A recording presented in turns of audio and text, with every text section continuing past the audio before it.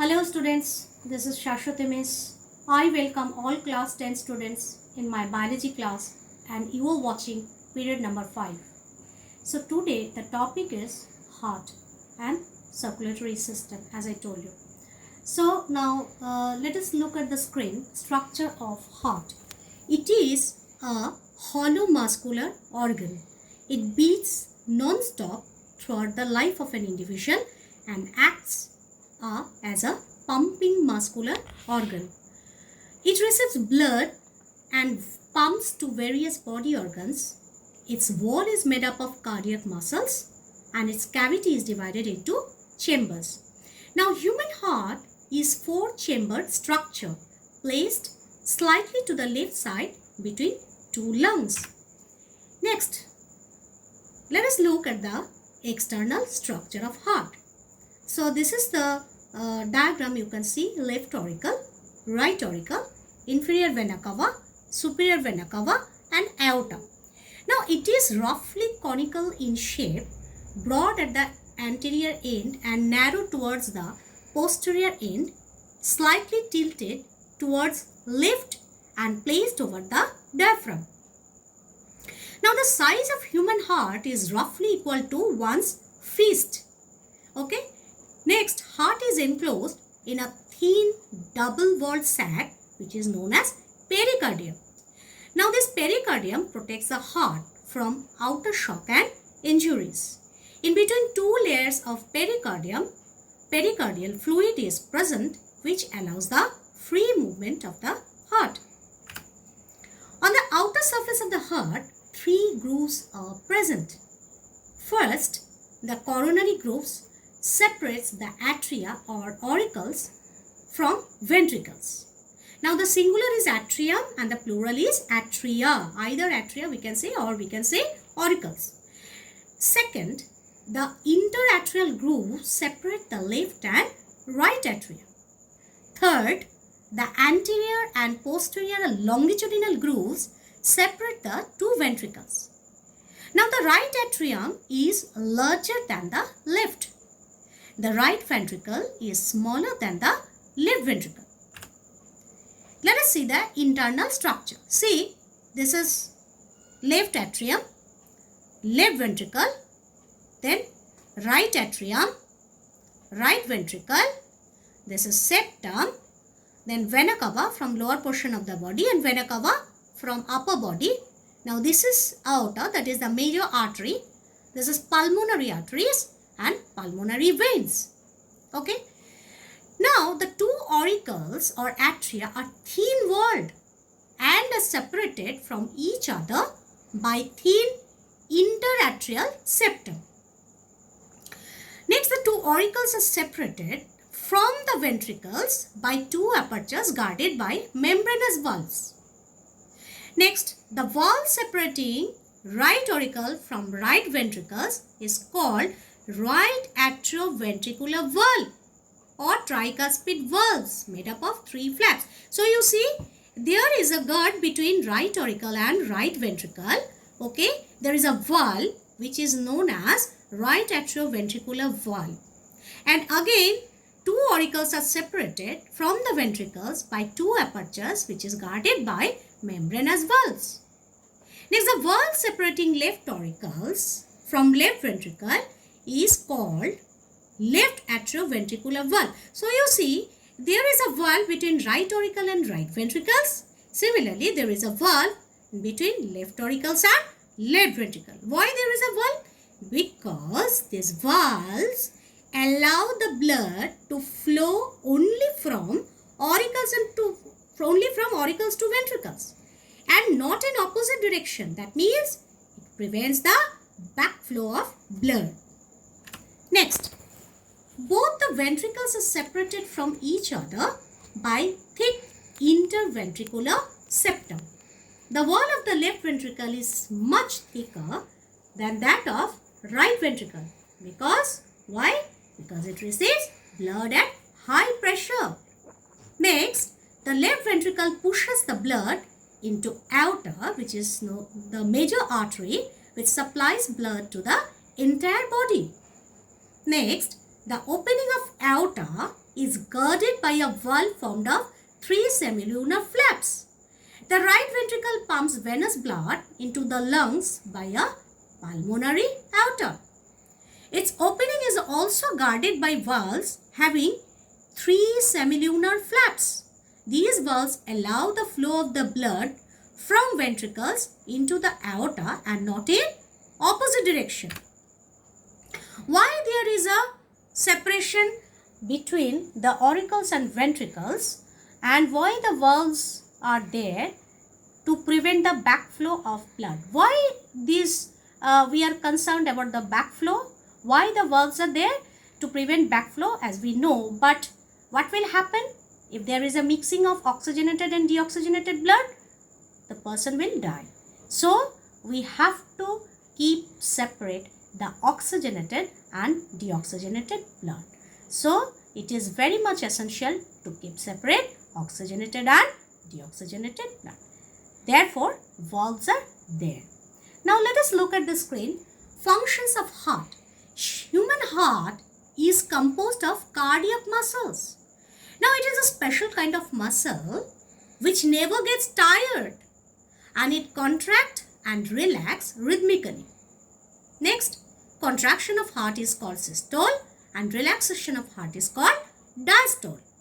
Now one heartbeat or cardiac cycle includes one systole and one diastole. Heartbeat of an adult beats 70 to 72 times per minute. The blood circulatory system in human beings is an example of double circulation. This means that blood passes through the heart twice during each cycle. That is, the blood passes through the human heart 2 times to supply once to the human body. And the double circulation of blood includes number 1, systemic circulation, and number 2, pulmonary circulation. Now what is systemic circulation? From the left ventricle, oxygenated blood enters the aorta. Okay. Now it gives up arteries. From aorta, it gives up arteries to all the organs and tissues of the body except lungs.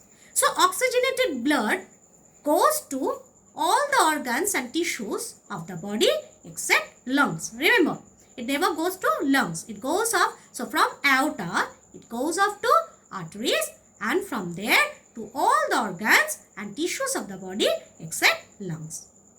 Next, the blood becomes deoxygenated. So after the respiration, as we know, respiration is the process of oxidation of food. So after respiration, the blood becomes deoxygenated by giving its oxygen to the tissue, and this deoxygenated blood is returned to the right auricle by 2 veins. So what are those 2 veins? One is the superior and another one is inferior vena cava. Now this course of blood from the left ventricle to the right auricle of the heart via body organs is called systemic circulation. Okay. Now next is pulmonary circulation. The right ventricle pumps blood into the pulmonary trunk, which divides into pulmonary arteries going to the lungs. Blood is returned to the left atrium from the lungs through pulmonary veins. This is called pulmonary circulation. Now, left, remember 2-3 things. Left is related to oxygenated blood. Right is related to deoxygenated blood. Again, auricle is the receiving chamber and ventricle is the distributing chamber.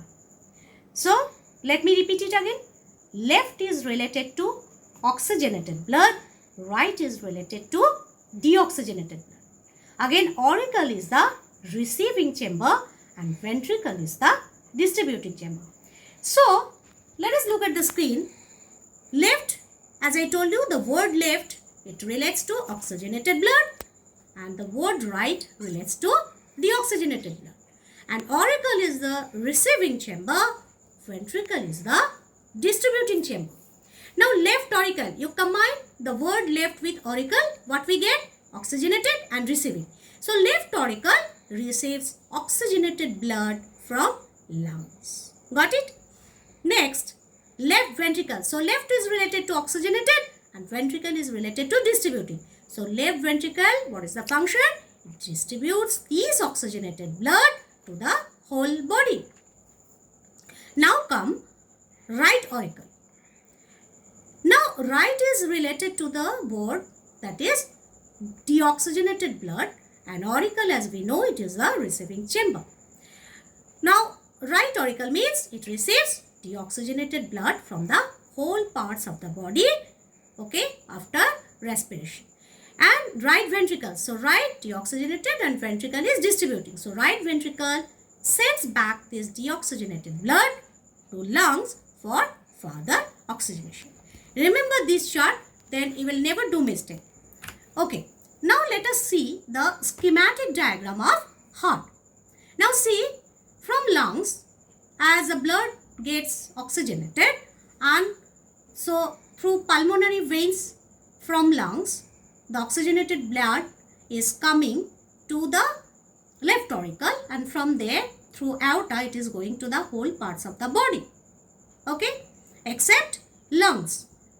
Now after getting oxidation, the deoxygenated blood is brought back through vena cava, and pulmonary artery is carrying this deoxygenated blood to, it is bringing back the deoxygenated blood to lungs. So when I was explaining the chapter artery, veins and capillaries, that time I told you that remember, pulmonary vein always carries oxygenated blood and pulmonary artery carries deoxygenated blood. I already told you. So we see that pulmonary artery is carrying deoxygenated blood to lungs again for further oxygenation. Next, what is blood pressure? Now the pressure of blood which is exerted on the walls of blood vessels is called blood pressure. So this pressure is much greater in arteries than in the veins. The blood pressure of a person is always expressed into two values. One is systolic blood pressure and another one is diastolic blood pressure. Now the systolic blood pressure, what it is? It is the pressure which is exerted by the blood on the walls of the blood vessels at the end of the systolic contraction of ventricles. The blood pressure is maximum in the arteries. Diastolic blood pressure. This is the pressure exerted by the blood on the walls of arteries during the relaxation of the ventricles. It reaches the minimum just before the beginning of the next systole. The minimum pressure is called the diastolic blood pressure. The blood pressure of a person is expressed in terms of millimeters of mercury, that is written as mmHg. The normal blood pressure values are systolic blood pressure 120 mmHg and diastolic blood pressure is 80 mmHg. The difference between systolic and diastolic pressure is called pulse pressure. Its normal value is 40 mmHg. The blood pressure value varies from person to person and also from time to time. It also varies with age. Both systolic and diastolic pressure increases with age. For example, blood pressure of a newborn is 90 by 55 mmHg. In young age, it is 120 by 80 mmHg, while in the old age, it is 150 by 90 mmHg. Now, blood pressure increases with age because the arterial walls become rigid and less elastic after the age of 60. So, high blood pressure is caused by the constriction of arterioles, which results in increased resistance to blood flow. High blood pressure is also known as hypertension. Next comes lymphatic system. Lymphatic system in human includes lymphatic capillaries, lymphatic vessels, lymphatic nodes and lymph. It is the secondary circulatory system that drains tissue fluids. Lymph flow only in one direction. Okay. Now, let us see lymph. It is a colorless or slightly yellowish fluid which filters from the walls of blood capillaries into the tissue spaces and intercellular spaces. Water, salt and colloidal substances from the blood filters out of blood capillaries into the tissue spaces, forming the lymph. Lymph can be linked to blood plasma. Lymph contains less protein and fibrinogen than plasma. Lymph also contains lymphocytes which fight against infection. Lymph vessels are connected with the venous system via thoracic duct and right lymphatic duct. Lymph capillaries are blind tubules in the periphery of the body and with the organs. These are not found in the brain, spinal cord, eyeball, internal ear and bone marrow. The lymphatic capillaries which arise from the small intestine are called lacteals and contain absorbed emulsified fat. Lymph capillaries in the tissues unite to form lymph vessels. The structure is like that of veins having closely spaced valves. Right lymphatic duct carries lymph from the entire right side of the body into the right subclavian vein. Thus, the lymph of the entire body returns to the blood. Next, lymph nodes. These are situated in groups on the lymphatic vessels. These are formed of lymphatic tissue closed with a fibrous capsule. Their function is to filter the lymph, separate the microorganism, phagocytes and damaged cells. These also form lymphocytes, antibodies and antitoxins.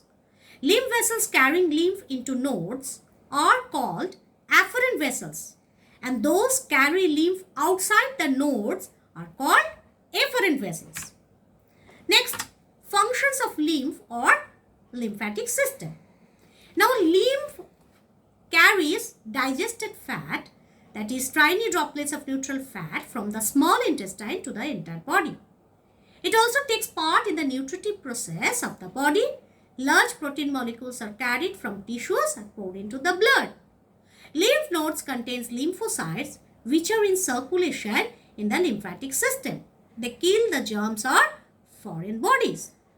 Lymph helps in removing the waste products such as fragments of dead cells. So, students, the topic is clear to you, I believe.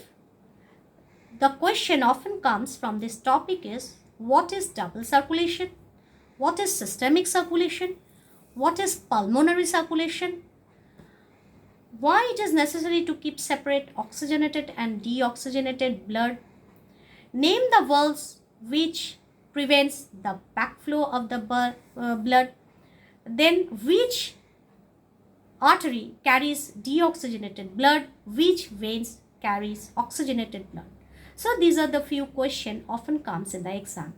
So I suggest that you go through these topics again and again, learn and practice these questions. You will be also getting worksheet based on period 5. Till then, next class I am going to discuss on respiratory system. Till then, goodbye.